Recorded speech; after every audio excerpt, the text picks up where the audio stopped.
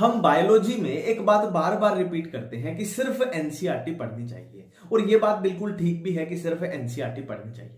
पर आपने एक बात नोटिस की होगी, खुद भी एक्सपीरियंस किया होगा कि कुछ चैप्टर ऐसे हैं जो डायरेक्ट अगर हम एनसीईआरटी पढ़ते हैं तो वो जिस लेवल के अपने को समझ में आनी चाहिए है ना, जो क्लियरिटी मिलनी चाहिए थी उस लेवल के वो समझ में नहीं आते हैं। तो इस वीडियो में हम वही बात करने वाले हैं कि कौन से ऐसे चैप्टर हैं जिनके लिए आपको एनसीईआरटी से अलग थोड़ी मदद लेनी पड़ेगी। हाँ, पढ़ना एक्स्ट्रा कुछ नहीं है, बस एनसीईआरटी को समझने के लिए मदद लेनी पड़ती है, चाहे वो नोट्स हो या वीडियो लेक्चर्स हो। ठीक है, तो पहले हम क्लास +1 की बात करने वाले हैं। तो मैं अपने अकॉर्डिंग बता रहा हूं, देखो इंडिविजुअल के ऊपर अलग अलग ये चीजें अप्लाई हो सकती है, बट मैं अपने अकॉर्डिंग बता रहा हूं। ठीक है, तो +1 के चैप्टर हो जाएंगे plant kingdom, anatomy of flowering plant, xylem phloem वाला चैप्टर हो गया, और प्लांट फिजियो के 3 चैप्टर, एक ट्रांसपोर्ट वाला चैप्टर हो गया, एक फोटोसिंथेसिस और एक रेस्पिरेशन।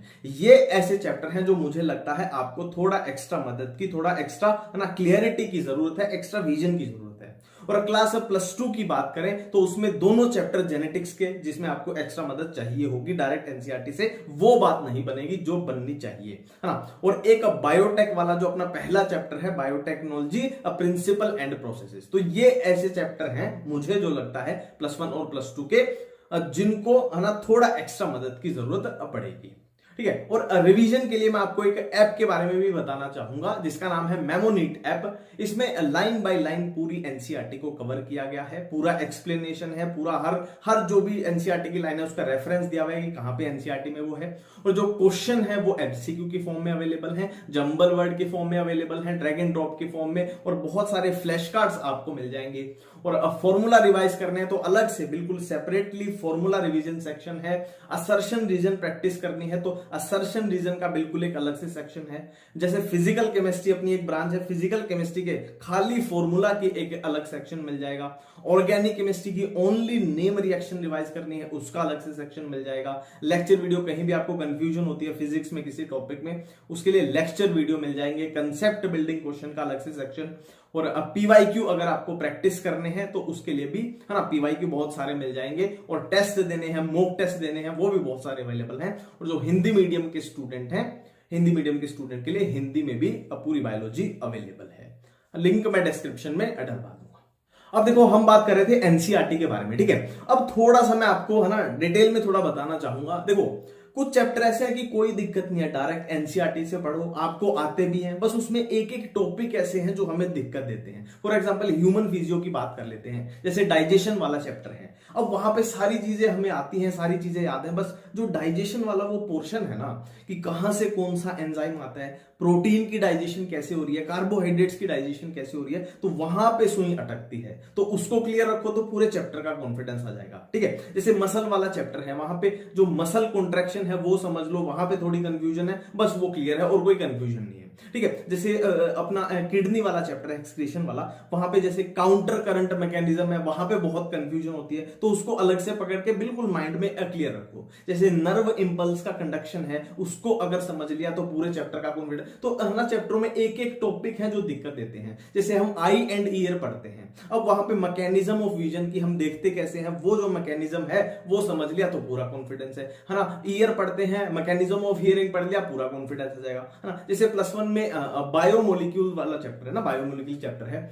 अब वहां पे एंजाइम है जो लास्ट में अपने को कंफ्यूज कर देते हैं, बाकी तो अपने को आता है, वही कार्बोहाइड्रेट प्रोटीन है, बस वो एंजाइम करके ही पूरे चैप्टर में कॉन्फिडेंस नहीं आ रहा, तो वो एंजाइम वाला टॉपिक क्लियर कर लो, है ना। तो एक एक टॉपिक पे जो हिट है ना उस पे काम करो, और उसके लिए अलग से वीडियो, आपको बहुत सारी अच्छी अच्छी प्यारी प्यारी वीडियो मिल जाएंगी पर्टिकुलर टॉपिक के लिए। एक वीडियो देख के अगर वो कॉन्फिडेंस बिल्ड हो रहा है तो जल्दी से उसको खत्म करते हुए चलो और आगे बढ़ो, है ना। और भी मैं आपको कुछ चीजें बताऊंगा। फॉर एग्जांपल हम बायोलॉजिकल क्लासिफिकेशन पढ़ते हैं, पूरे चैप्टर में अपने को कोई दिक्कत नहीं है।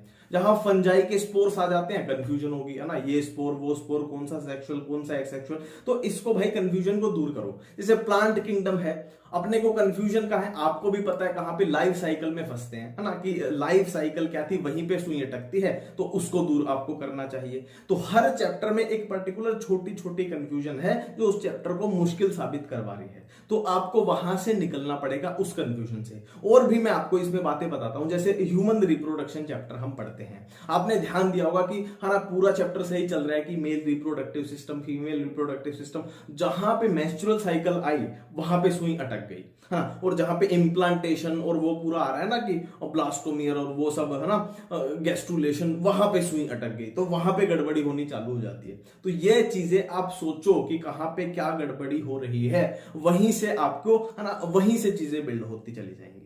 तो इस चीज पे थोड़ा ध्यान दो। और मैं बताऊंगा, है ना, मैं पूरे चैप्टर की बात करता हूं। जैसे ह्यूमन हेल्थ एंड डिजीज में आप देखना, ह्यूमन हेल्थ एंड डिजीज में इम्यूनिटी में ही, है ना, अपनी जो सुई है वो फंसती है इम्यूनिटी में। बी लिम्फोसाइट, टी लिम्फोसाइट, है ना, T killer cell, T natural cell, और यहां पे अपनी सुई अटकती है। बाकी पूरे चैप्टर में अपने को दिक्कत ही नहीं हो रही है ना। तो कोशिश करो कि एक चैप्टर पकड़ा है, अब उसमें दिक्कत सेलेक्ट कर लो कि मेरे को यहां पे दिक्कत है, अब उस दिक्कत पे ही आप क्या करो, टारगेट करो। अब वो टारगेट कैसे होगा, चाहे तो आपका ऑफलाइन टीचर है उससे पूछो कि भाई मेरे को ये दिक्कत है, या नहीं है तो भाई सिंपल यूट्यूब का अच्छा यूज किया करो, पॉजिटिव यूज किया करो, वो पर्टिकुलर टॉपिक लिखा और उससे निकल के ही दम लेना है, फिर पूरे चैप्टर का ऑटोमेटिकली कॉन्फिडेंस आ जाएगा।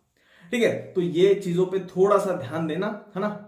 उम्मीद करता हूं इस वीडियो से आपको मदद मिली होगी। मिलते हैं नेक्स्ट वीडियो में नेक्स्ट टॉपिक के साथ। थैंक यू, धन्यवाद।